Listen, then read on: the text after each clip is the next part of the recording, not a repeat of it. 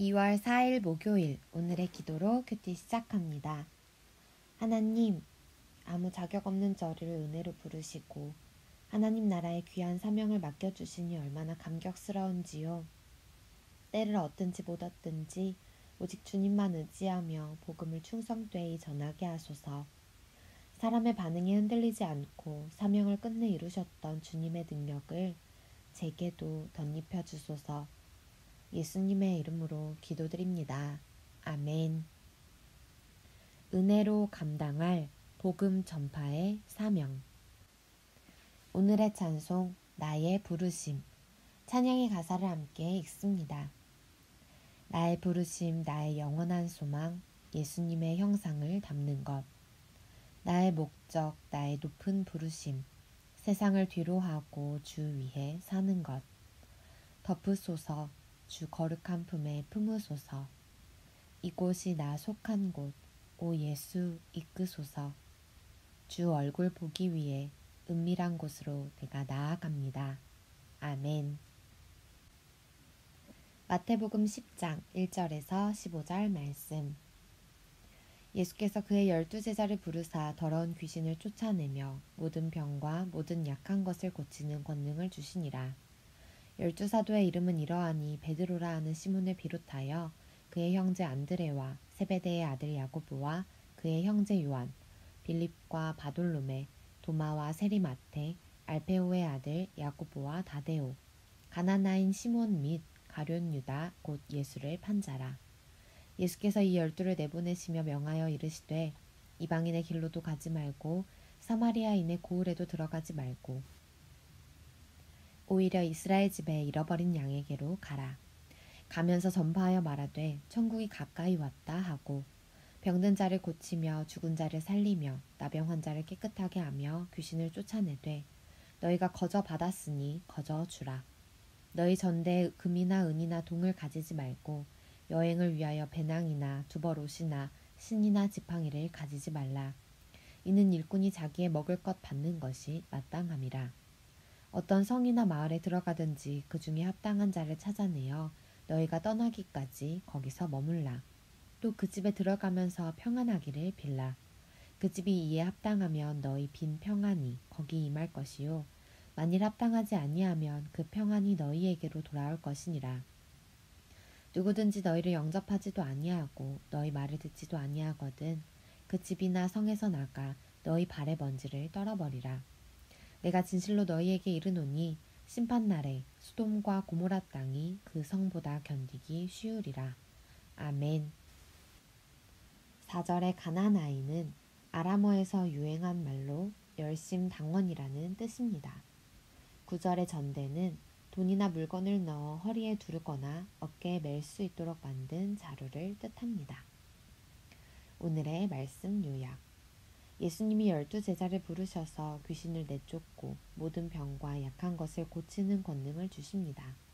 제자들은 천국이 가까이 왔음을 전파하고 병을 고치고 죽은 자를 살리며 귀신을 쫓아내되 거저 주어야 합니다. 여행을 위해 최소한의 준비만 갖추고 어떤 집에 들어가든 평안을 빌어야 합니다. 본문 해설 12제자를 부르심 10장 1절에서 4절에 관한 내용. 예수님은 하나님 나라 복음을 전할 제자들을 부르십니다. 부르심이 의미하듯 제자들이 와서 제자 삼아 달라 한 것이 아니라 예수님이 친히 각 사람을 부르셔서 제자 삼으셨습니다. 예수님은 그들에게 귀신을 쫓아내고 병자들을 고칠 권세를 주셨습니다. 마태는 12제자를 사도, 보내심을 받은 자란 뜻으로 부릅니다. 이는 사도행전에서 자주 사용하는 호칭입니다. 제자들은 단지 배우는 데서 그치지 않고 예수님으로부터 배운 것을 전하고 행하는 사람입니다. 성도는 주님의 은혜로운 부르심 받았음과 동시에 사명을 감당하도록 보내심 받았음을 기억해야 합니다. 은혜와 사명을 선명히 인식할 때 하나님이 기뻐하시는 삶을 삽니다. 잠시 멈추고 질문에 답해주세요. 12제자는 어떤 방식으로 예수님의 제자가 되었나요?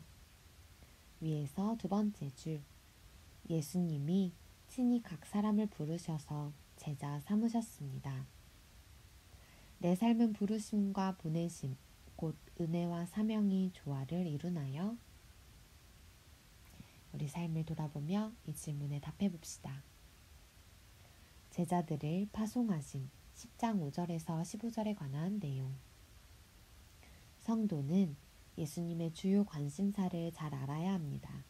그래야 인생길을 걸을 때 곁길로 가지 않습니다. 제자들을 파송하시는 장면에서 예수님의 주요 관심사가 무엇인지 알 수 있습니다. 예수님은 제자들에게 천국이 가까이 왔다 라고 전파하라 명하십니다. 제자들은 귀신을 쫓아내고 병자를 고치는 권능을 통해 하나님의 통치를 사람들에게 보여주어야 했습니다. 금이나 은, 두벌 옷이나 지팡이를 가져도 안 됩니다. 전적으로 하나님만 의지해 천국 복음을 전파하는 사역을 감당해야 했습니다. 물론 특정 세부 사항을 일반화시켜 오늘날 성도의 삶에 그대로 적용하는 것은 조심해야 합니다. 그럼에도 하나님만 의지하면서 각자의 자리에서 하나님 나라와 그분의 임재를 드러내는 일은 꼭 필요합니다. 잠시 멈추고 질문에 답해 주세요. 파송받은 제자들이 전파해야 하는 핵심 내용은 무엇이었나요? 위에서 세 번째 줄, 예수님은 제자들에게 천국이 가까이 왔다 라고 전파하라 명하십니다.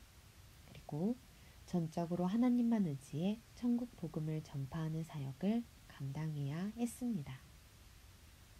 나의 주요 관심사는 예수님의 관심사와 얼마나 비슷한가요?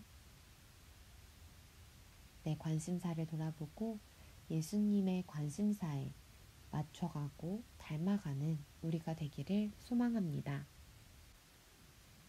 묵상 에세이 흩어지는 교회 성령에 붙잡힌 전도자 김인중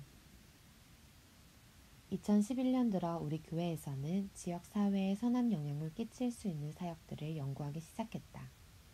안산은 공단을 끼고 있는 산업도시로 외국인 이주 노동자가 전국에서 가장 많고 한부모 가정 등 소외계층 비율도 다른 도시에 비해 높은 편이었다.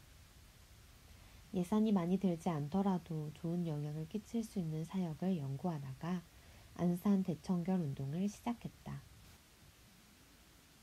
안산은 계획도시여서 조금만 신경 쓰면 도시 미관이 상당히 정리가 잘 된다. 그러나 그 모든 일을 시에 의존하다 보면 손이 덜 가는 부분이 나오기 마련이다. 이 운동에 성도 2천여 명이 호응해 각자 사는 지역을 청소했다.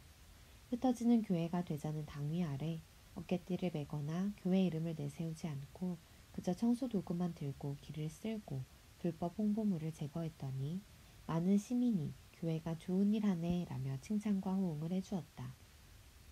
이후로도 각 교구가 특별 새벽 기도회를 열고 거기서 나온 헌금을 지역 경로당 보수, 소년소녀 가장 돕기, 개척교회 지원 등에 사용하도록 했다. 하나님의 사랑을 전하고 선한 영향을 끼치겠다는 성도들의 마음이 보여 다양한 방식으로 지역사회를 섬길 수 있게 되었다. 모여서 개인의 영적 안위만 추구하던 교회가 세상으로 흩어져 하나님의 큰 일을 하니 참으로 감사하고 행복했다.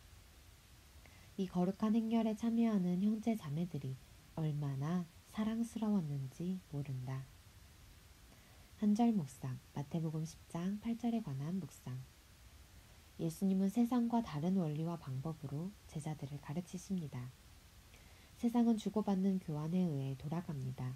어떻게든 손해보지 않기 위해서 최선을 다합니다.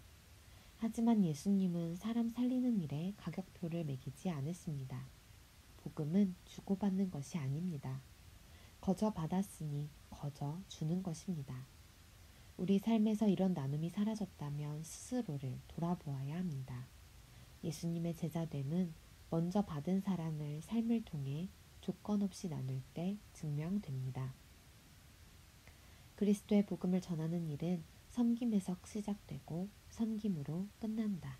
데니 곤더슨. 오늘의 기도 드립니다. 하나님, 아무 자격 없는 저를 은혜로 부르시고 하나님 나라의 귀한 사명을 맡겨주시니 얼마나 감격스러운지요. 때를 얻든지 못 얻든지 오직 주님만 의지하며 복음을 충성되이 전하게 하소서. 사람의 반응에 흔들리지 않고 사명을 끝내 이루셨던 주님의 능력을 제게 덧입혀 주소서. 예수님의 이름으로 기도드립니다. 아멘. 예수님의 부르심과 보내심 받은 제자다운 삶 살아가기를 간절히 소망합니다. 오늘의 큐티를 마칩니다. 감사합니다.